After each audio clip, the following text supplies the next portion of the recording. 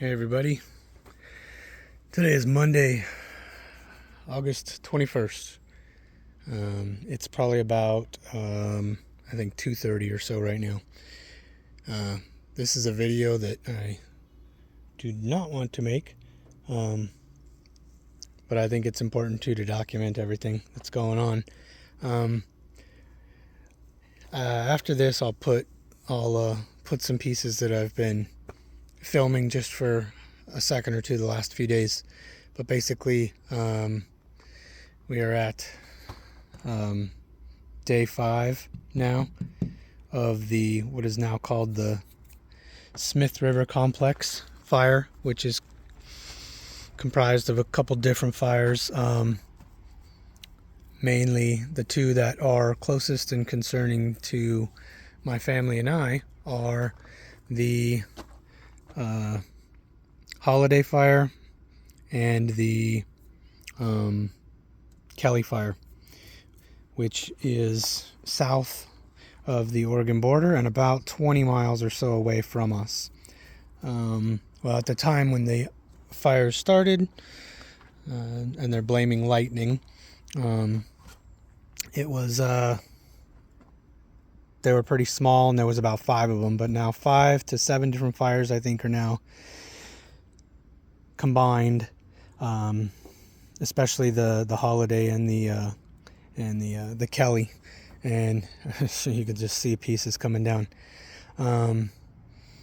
So anyway, it's now grown from when it started just the other day, like I said, 4 or 5 days ago or whatever. It is now 30,000 acres, 0% containment.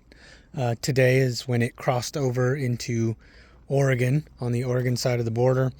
So hopefully our guys here will be vigilant and will actually work on putting the fire out. I wish I could say that they, even in California, that they were putting the fire out on their end, but really all they've done is put everything into position, get their areas set up, and no real work has been done. And what I mean by saying no real work has been done, I mean no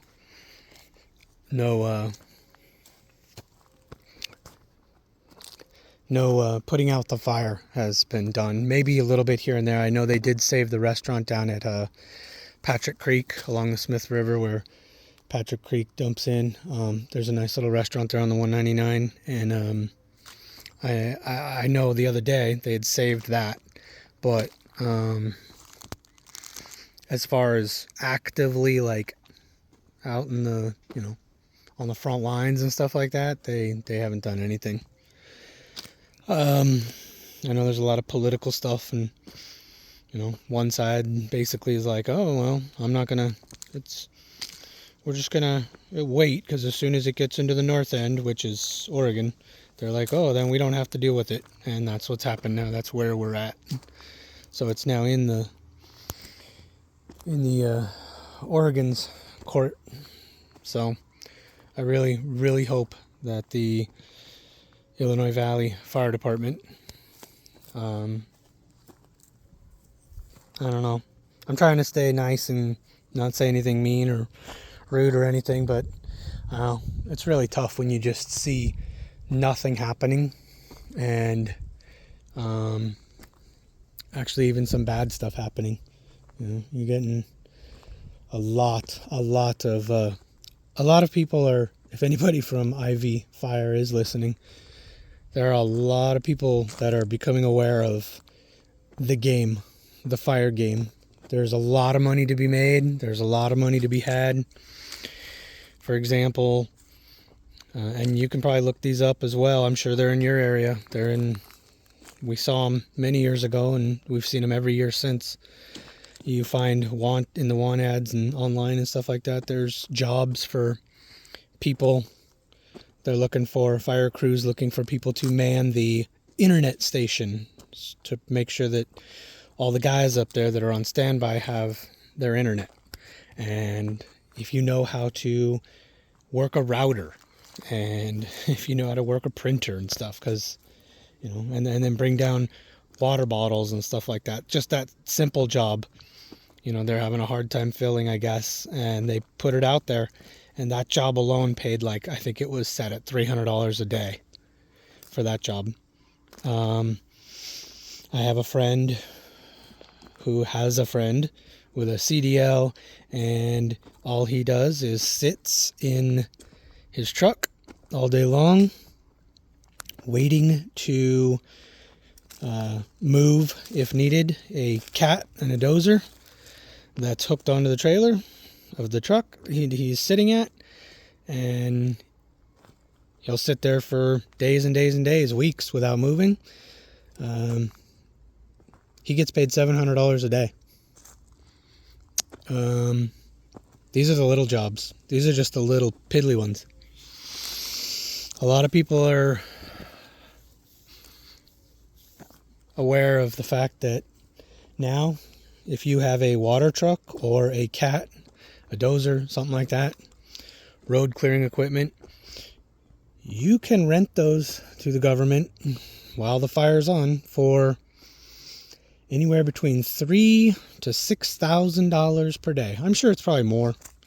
These are just the numbers that I heard of like a year or two ago. I'm sure it's more now. This is a business, folks.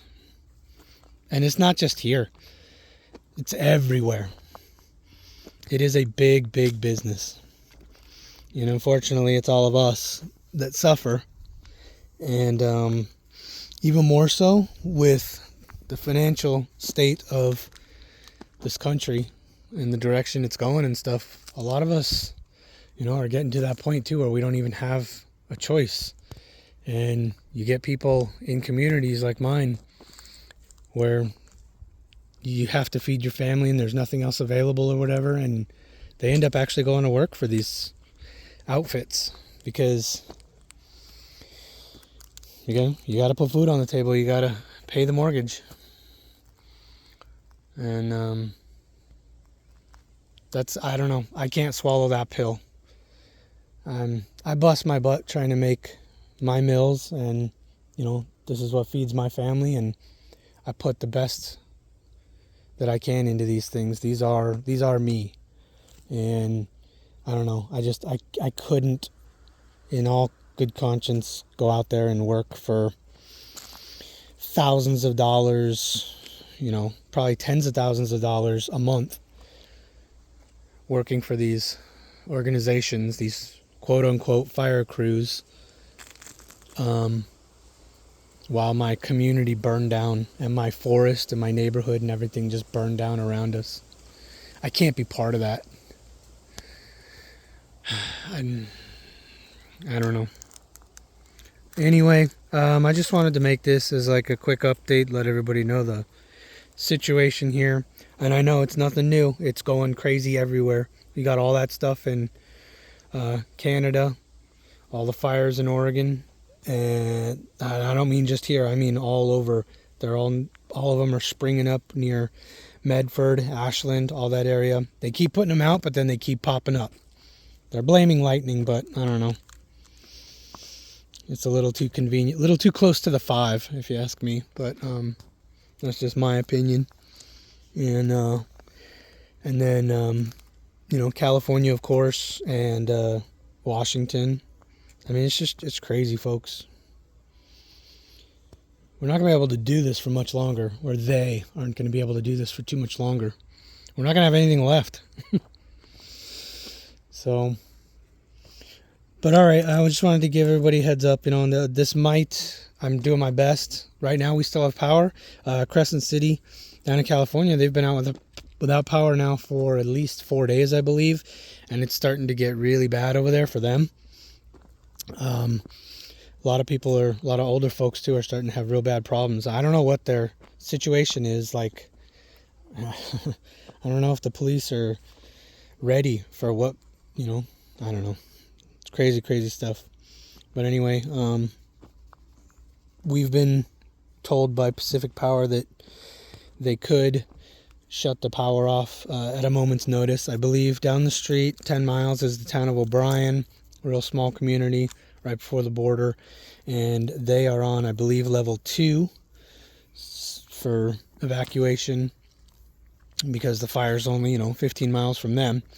And we are on level 1 here.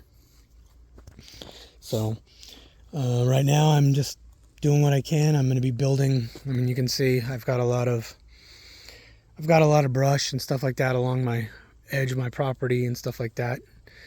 I try to do what I can when I can to take care of stuff, but I mean, it's maintenance. It is what it is. It's sometimes stuff gets tall, and it shouldn't be that big of a deal. I shouldn't have to worry about every single year, but that's the way it's becoming now, every single year.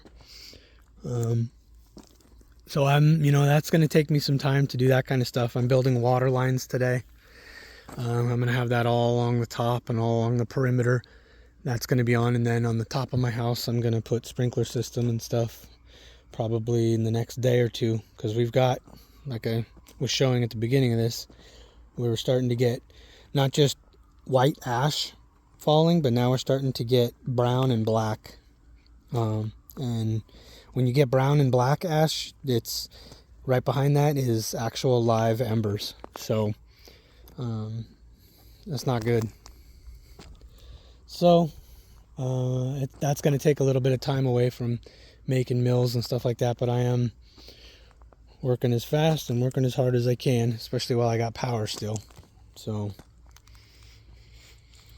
it's funny. This is Feline. Don't ask me. My daughter names the animals. So I don't know if it's a play on feline or what, but she's a sweetheart. She's a big old tubby.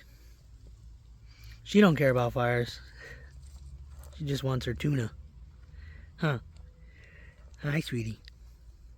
Well, what are you doing? Yeah? What are you doing? She's a sweet girl. She's a sweet girl. She's a sweet girl. Dirty. Alrighty. If you're in any of this stuff, and be safe. Do what you can. Because I hate to say it, but if Hawaii has taught people anything, we're on our own, folks. So be safe out there and take care of yourself. Maybe I'll post an update or here and there over the next couple days to see how we go with this thing. All right. Take care, everybody.